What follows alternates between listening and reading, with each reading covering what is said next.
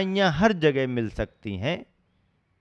जहाँ भी अच्छाई मिले अपने कल्याण के लिए, अपनी भलाई के लिए, वो ग्रहण करना एक अच्छे नागरिक का कर्तव्य होता है। लेकिन हम हैं कि बुराइयों में से अच्छाइयाँ निकालना तो हमारे बस का ही नहीं है। बुराइयों में से अच्छाई निकालना तो हमारे स्वभाव में नहीं, हमारे बस का नहीं। हम तो इस स्वभाव के हैं कि अच्छाइयों में से भी बुराइयां निकालते हैं। अच्छाइयों में से बुराइयां निकालते हैं। एक बार ऐसा हुआ, आदमी चला जा रहा था, चलते चलते चलते चलते एक बगीचे के पास पहुंच गया। फूल खिले हुए हैं, सुगंध आ रही है, अच्छा लगने लगा उसको। देखते देखते उसका चिंतन चला, विचार चला, उसने नजर दौड़ाई। फूल खिले हैं, बहुत अच्छे हैं। गुलाब का फूल खिला हुआ बहुत अच्छा लग रहा, गंध भी अच्छी आ रही। अब जब गंध अच्छी आ रही, फूल खिला है, तो वहीं पर उसकी नजर टिकना चाहिए, वहीं पर उसका विचार केंद्रित होना चाहिए, वहीं पर उसको भरपूर आनंद लेना चाहिए। तो वहां जितनी देर टिका उसका मन टिका, लेकिन वहां से हट करके क्या सोचने लगा, अरे फूल तो बहुत सुंदर है, गंध भी अच्छी आ रही, लेकिन कांटों के बीच में ये ठीक नहीं है, कांटों के बीच में है, ये ठीक नहीं है, चलो यहां से हटो। फूल तो अच्छा है, पर कैसा फूल कांटों के बीच में है। आगे बढ़ गया, आगे बढ़ते बढ़ते समुद्र के किनारे पहुंच गया। कितना विशाल सागर है, अपार जल राशि भरी हुई है, लहरें उठ रही हैं, मन को अच्छा लग रहा है। ये सब आनंद लेते लेते, ये सब तो ठीक है, लेकिन पानी बहुत खारा है, चलो यहां से हटो। वहां से हट गया, मयूर दिख गया, कितने सुंदर सुंदर पंख, ऐसा वैसा ये वो करते करते जब उसने आवाज दी, अरे बड़ी कर्कश आवाज है, यहां से हटो, वहां से हट गया। दिन भर निकल गया, रात हो गई, चांदनी रात थी, चंद्रमा आ गया, बड़ी उजली रात है, बहुत अच्छा लग रहा है।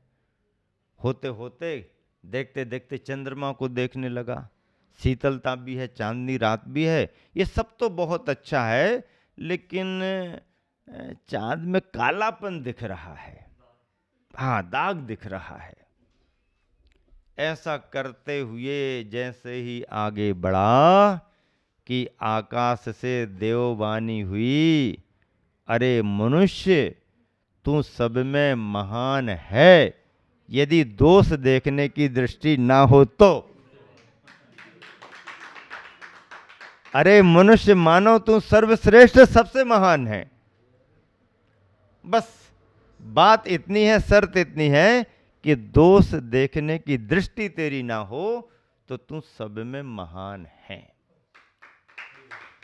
अपन कहीं से भी जा रहे हों, यदि हमारा मन सदाशय से भरा है, सद्भावना से भरा है, तो हम कमी में भी संतुष्ट हो सकते हैं।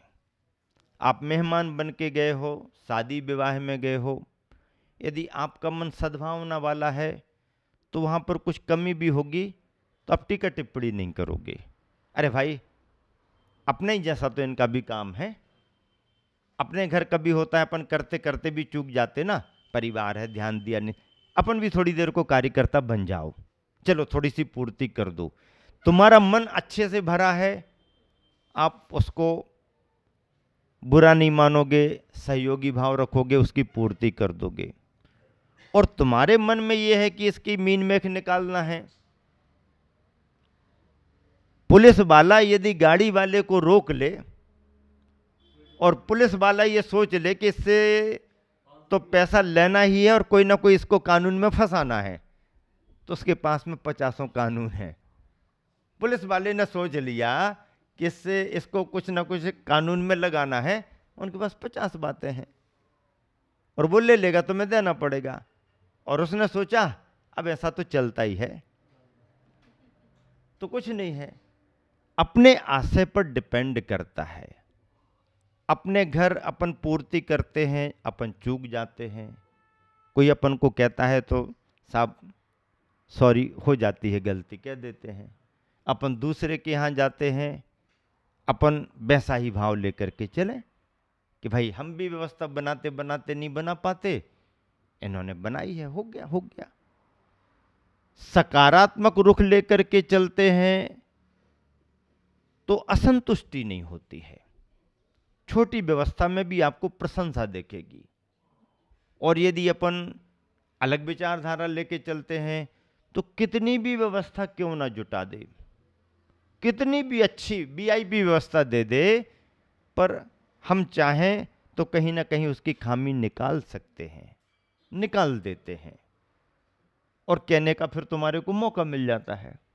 ऐसा नहीं, ऐसे ही परिणाम होने के दुष्परिणाम समाज में बहुत आए। एक समय था जब वर वधू चयन के लिए लड़के का पक्ष लड़की के परिवार में जाता था और राजघराने का भाव लेकर के जाता था। ये पूछेंगे, ऐसा पूछेंगे, वैसा पूछेंगे, ये लेंगे, वो लेंगे, ये देना पड़ेगा, वो देना पड़ेगा। लड़कियों का पक्ष बहुत परेशान रहता था। 25 साल पुरानी बात। और जिसके यहाँ 2-4 लड़कियां हो गई तो वो तो सोचता भैया यार ये लड़के तो नाक में दम कर देते हैं और क्या बताएं, कैसा बताएं। पूर्ति करते करते भी अब जब बारात आती थी तो लड़के का पक्ष या परिवार फिर भी समन्वय करके चले या निभाने की भावना रखे, पर दोस्त यार और ऐसा वैसा करके मतलब माहौल बिगाड़ेंगे, राजा बन करके आएंगे और ऊदम फादम करके जाएंगे। लड़कियां ऐसा होते होते दृष्टि बदल गई, व्यवस्थाएं बदल गई। परिणाम ये निकला कि जिन साधनों का उपयोग किया गया लड़की नहीं चाहिए और ऐसा वैसा करके आज अनुपात कितना घट गया। स्थिति क्या बन गई आज?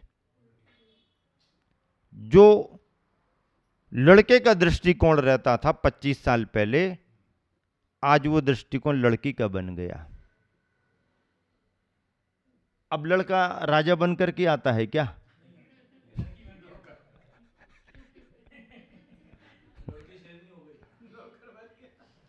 आप हाँ कर दो, फिर सारी व्यवस्था हम जमा देंगे।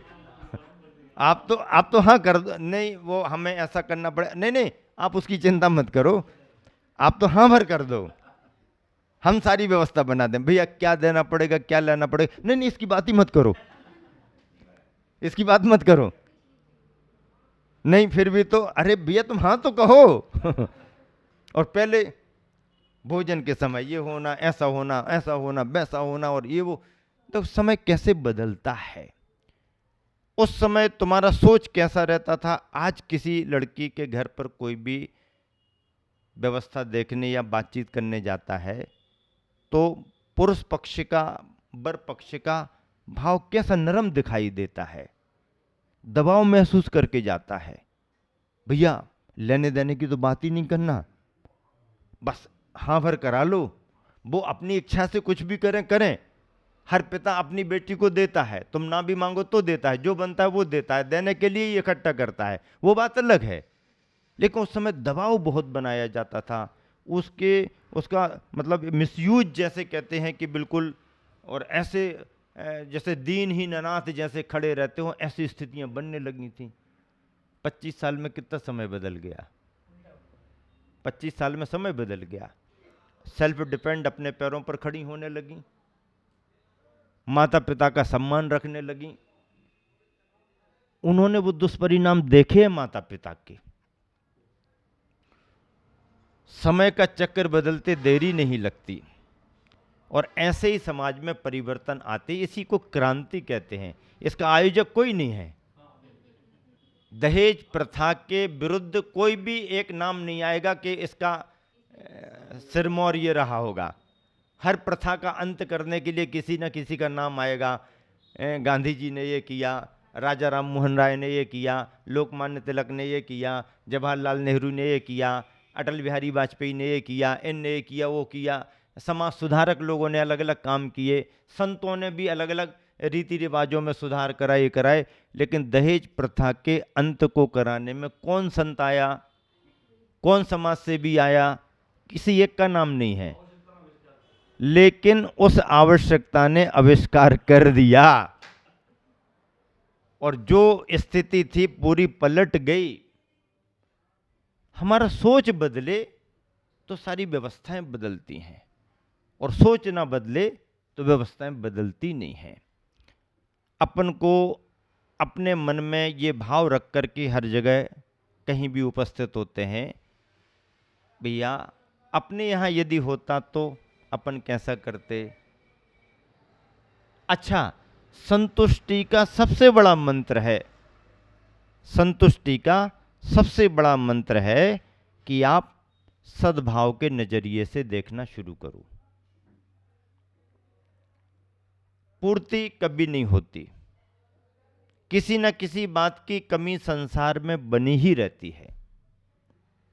पर आपको यदि ये लगता है कि जितना मिला है ये कम है क्या, बस खत्म काम।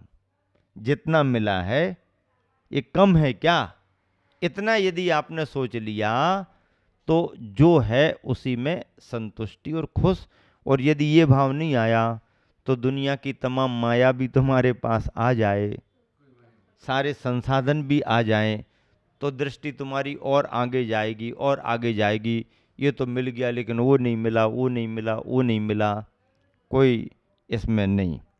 इस तरह से स्वर्ण कलश और मिट्टी के कुंभ में जो भी बात चल रही है वह लास्ट में यहीं पर आई कि जो महासत्ता की ओर बढ़ रहा है, समता की सीढ़ियां चढ़ रहा है, उसकी दृष्टि में सोने की गिट्टी, गिट्टी का ढेला नहीं कहा, ढेला नहीं कहा, गिट्टी कहा। और गिट्टी क्या, बिस्किट कह दो, छोटे छोटे बिस्किट। सोने की गिट्टी और मिट्टी एक है, और है ऐसा ही तत्व, ऐसा ही तत्व। अतः अवसर का लाभ लो, आग्रह की दृष्टि से मत देखो। अवसर का लाभ लो, आग्रह की दृष्टि से मत देखो। मान यान से अब नीचे उतर आओ तुम, मान के यान यानी विमान से नीचे उतर आओ तुम, जो वर्धमान होकर मानातीत हैं, जो वर्धमान होकर मानातीत हैं। नाम तो वर्धमान है, मान बढ़ रहा है, वर्धमान है, फिर भी मानातीत हैं। मानातीत हैं मतलब मार्दव स्वभाव वाले हैं। वर्धमान महावीर का नाम है। क्यों पड़ा महावीर का नाम वर्धमान? क्योंकि उनके जन्म लेने के साथ ही राजघराने में सब चीजें बढ़ने लगीं, अपने आप बढ़ने लगीं। शिशु वर्धमान का जन्म हुआ, महावीर का जन्म हुआ, तो सेना का विस्तार होने लगा, धन धान्य की समृद्धि होने लगी, कुल कुटुंब विस्तृत होने लगा, खुशियां बढ़ने लगीं। तो परिभाषा बनाई गई कि बढ़ता चले सो वर्धमान, जिसके आने पर सब बढ़ रहा है, वर्धमान है। तो वर्धमान तो हमारे तीर्थंकर महावीर भगवान का नाम है, पर यहाँ पर जो वर्धमान होकर के यानी बढ़ रहा बढ़ रहा बढ़ रहा, और क्या बढ़ रहा, सब कुछ बढ़ भी रहा और मान भी बढ़ रहा, सम्मान भी बढ़ रहा, फिर भी मानातीत हैं। उनको उसकी इच्छा नहीं है। उनके पदों में प्रणिपात करो, ऐसे उनके पदों में प्रणिपात करो। अपार पाप सागर से तर जाओ तुम। अपार, जो पार करना तैरना कठिन है, ऐसे पाप के सागर से, अन्याय अनीति के सागर से तर जाओ तुम।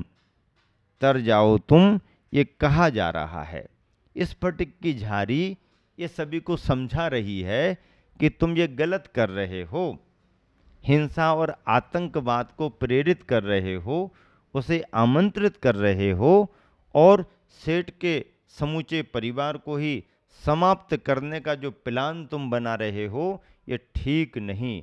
हम तुम्हारे साथ बर्तनों में तुम्हारे साथी बन कर के जरूर हैं, पर तुम्हारी इस मनसा का, तुम्हारे इस दुरभिप्राय का हम समर्थन अनुमोदन नहीं करेंगे।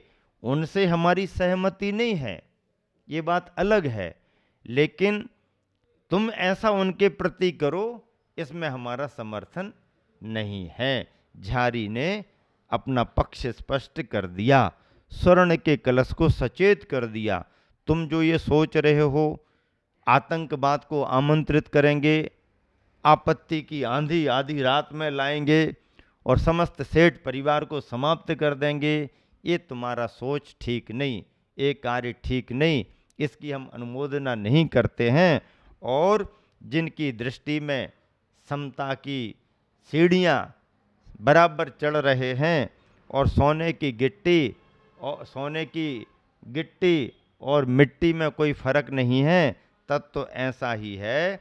ऐसे अवसर का लाभ लो, आग्रह की दृष्टि से मत देखो, मानयान से अब नीचे उतर आओ। तुम जो वर्धमान होकर मानातीत हैं, उनके पदों में प्रणिपात करो। अपार पाप सागर से तर जाओ तुम।